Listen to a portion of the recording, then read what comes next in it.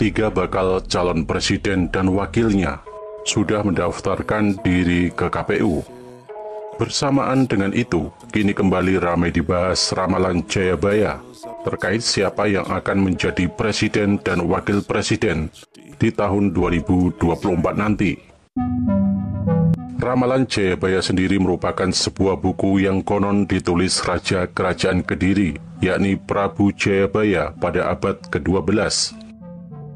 Tidak hanya soal sosok pemimpin, dalam buku ini juga terdapat ramalan-ramalan soal kehidupan lainnya oleh sebagian masyarakat di tanah air, utamanya masyarakat Jawa. Ramalan Jayabaya ini kerap dijadikan acuan, utamanya terhadap perhelatan-perhelatan besar yang berkaitan dengan kepentingan masyarakat banyak. Bahkan tak sedikit orang di antaranya yang menganggap ramalan Jayabaya tersebut sebagai salah satu pedoman untuk mengetahui masa depan bangsa. Terkait pilihan presiden tahun 2024 mendatang misalnya, kini orang-orang menghubung-hubungkannya dengan kemunculan Ratu Adil. Lantas siapakah sebenarnya Ratu Adil itu? Apakah benar-benar akan muncul dalam kontestasi 5 tahun pilihan presiden pada tahun 2024 pada tanggal 14 Februari tahun 2024 mendatang? Ratu Adil sendiri diidentikan sebagai pemimpin yang akan membawa keadilan dan kemakmuran bagi rakyatnya, sehingga tidak hanya dirindukan kehadirannya, tetapi rakyat benar-benar akan mencintainya sebagai sosok seorang pemimpin. Dalam nubuat itu konon terdapat sejumlah ciri-ciri pemimpin yang akan memenangi pilihan presiden tahun 2024 dan bisa dikenali dengan mudah oleh masyarakat luas. Di bawah ini ciri-ciri pemimpin yang disebut Ratu Adil dan akan memenangi pilihan presiden pada tanggal 14 Februari tahun 2024, sebagaimana dikutip dari Intisari Online. 1. Keturunan Raja-Raja Nusantara. Salah satu sumber ramalan, yakni Kitab Musasar, menyebutkan Ratu Adil adalah keturunan dari Prabu Brawijaya kelima, Raja terakhir Majapahit. Tidak hanya itu, hal tersebut juga terungkap dalam Kitab Sabdo Palon, yaitu sebuah kitab yang mengisahkan perjumpaan antara Prabu Brawijaya kelima dengan Sunan Kalijaga beserta 2 penasihatnya, yakni Sabdo Palon dan Noyoginggong. Dalam kitab tersebut menyebutkan pula jika Ratu Adil yang dimaksud merupakan keturunan dari Sabdo Palon. Lantas siapa Sabdo Palon? Sabdo Palon disebutkan sebagai tokoh mistis yang diyakini merupakan reinkarnasi Batara Wisnu, yakni dewa pemelihara alam semesta. 2. Nama dan gelarnya berhubungan dengan api atau cahaya. Sebagai salah satu sumber ramalan Jayabaya, Kitab Musasar juga menyebutkan Ratu Adil akan muncul pada zaman Kolo Suroto, di mana pada zaman tersebut akan penuh dengan bencana dan kegelapan. Untuk mengatasinya, Ratu Adil akan membawa api atau cahaya sebagai penerang dunia. Karena itu nama atau gelar Ratu Adil harus memiliki makna yang berhubungan dengan api atau cahaya, seperti Agni yang berarti api, Surya yang berarti matahari, Baskara yang berarti cahaya, dan lain-lain. 3. Berwajah tampan serta tubuh yang atletis. Dalam Kitab Musasar disebutkan bahwa Ratu Adil akan memiliki wajah yang tampan atau cantik seperti dewa-dewi, dan tubuh yang sehat serta kuat seperti pahlawan. Hal ini menunjukkan bahwa Ratu Adil adalah orang yang sempurna secara fisik dan mental, serta memiliki karisma dan kewibawaan yang tinggi. 4. Memiliki ilmu pengetahuan dan kebijaksanaan yang luas. Dalam Kitab Musasar disebutkan bahwa Ratu Adil akan memiliki ilmu pengetahuan dan kebijaksanaan yang luas. Dalam ramalan Jayabaya itu menunjukkan pula jika Ratu Adil adalah orang yang cerdas dan berpendidikan. Selain itu, sosoknya mempunyai pemahaman tentang berbagai bidang ilmu, seperti agama, politik, ekonomi, sosial, budaya, dan lain-lainnya dengan sangat baik. 5. Mempunyai sifat-sifat mulia.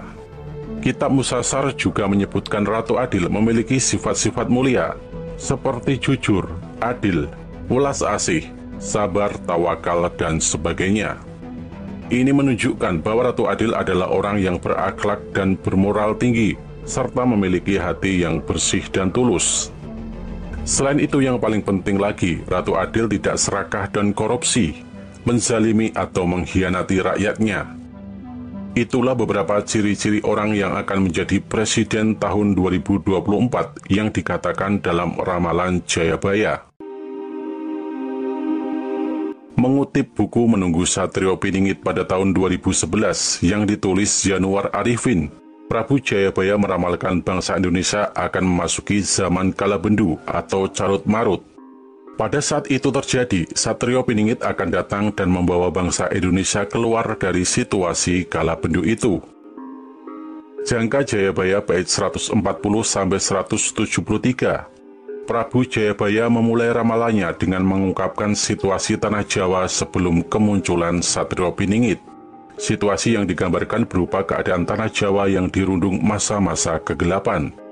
Lalu, apakah kondisi tanah air saat ini menggambarkan zaman kalabendu, seperti yang dimaksud Jayabaya? Tak ada yang bisa memastikan hal itu. Namun dalam bukunya, Yanuar menjabarkan sosok Satrio Piningit seperti yang digambarkan Jayabaya. Satria Piningit berwatak seperti Batara Kresna, berwatak Pandawa dan bersenjata Trisula. Satria Piningit juga merupakan sosok pemimpin yang mampu memprediksi masa depan. Satria Piningit yang diramalkan oleh Jayabaya. Ciri-ciri Satrio Piningit yang diramalkan Jayabaya adalah bisa memprediksi masa depan. Yatim piatu tak punya bapak dan ibu, hidup mandiri, tidak suka meminta-minta atau mengemis, berwatak arif, bijak dan ulas asih. Maka tidak heran jika kedatangannya sangat dirindukan oleh rakyat. Dia adalah tumpuan seluruh rakyat di atas bumi Nusantara untuk membawa negeri ini ke gerbang kejayaan, tulis Yanuar dalam bukunya. Bait-bait ramalan Jayabaya yang menggambarkan Satrio Piningit. Selet-selet yen besok ngancik tutuping tahun, sinungkalan dewa wolu, ngasto manggalaning ratu, bakal ono dewa ngejawantah, apa ngawak manungso, apa suryo podo Betara Kresna, awatak Baladewa, angagem Trisula Weda, jinejer wolak-walik ing jaman, wong nyilih balikake, wong utang bayar, utang nyawa bayar nyawa, utang wirang nyaur wirang. Sadurunge ana tetenger lintang kemukus dawa, ngalu-alu tumonjo ana kidul wetan bener. Lawase pitung bengi, parak esok bener ilange, Betara Surya njumbedul, bebarengan sing wis mungkur prihatine manungsa, lelantur-lantur, iku tandane putra Betara Indra wus katon, tumeka ing Arcapada, ambebantu wong Jawa, dunungane ana sikil Redi Lawu sisih wetan, wetane Bengawan Banyu. Selambat-lambatnya kelak menjelang tutup tahun, akan ada dewa tampil berbadan manusia, berparas seperti Batara Kresna, berwatak seperti Baladewa, bersenjata Trisula Weda, tanda datangnya perubahan zaman. Orang pinjam mengembalikan, orang berutang membayar, utang nyawa dibayar nyawa, utang malu dibayar malu. Sebelumnya ada pertanda bintang pari, panjang sekali tepat di arah selatan menuju timur, lamanya 7 malam, menghilang menjelang pagi sekali. Bersama munculnya Batara Surya, bersamaan dengan menghilangnya kesengsaraan manusia yang berlarut-larut.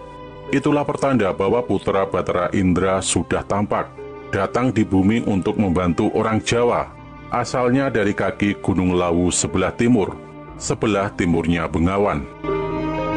Sebagai sebuah ramalan, tentu saja bukanlah merupakan kebenaran yang mutlak, tetapi hanya bahan diskusi untuk menentukan pemimpin masa depan yang cocok untuk Indonesia. Itulah kenapa kita harus berpartisipasi aktif pada pilihan presiden tahun 2024 mendatang. Karena sosok presiden yang akan terpilih akan sangat menentukan arah kebijakan dan pembangunan selama 5 tahun ke depan. Dengan tantangan yang sangat berat, tentunya dibutuhkan pemimpin yang cerdas, kuat, dan berintegritas.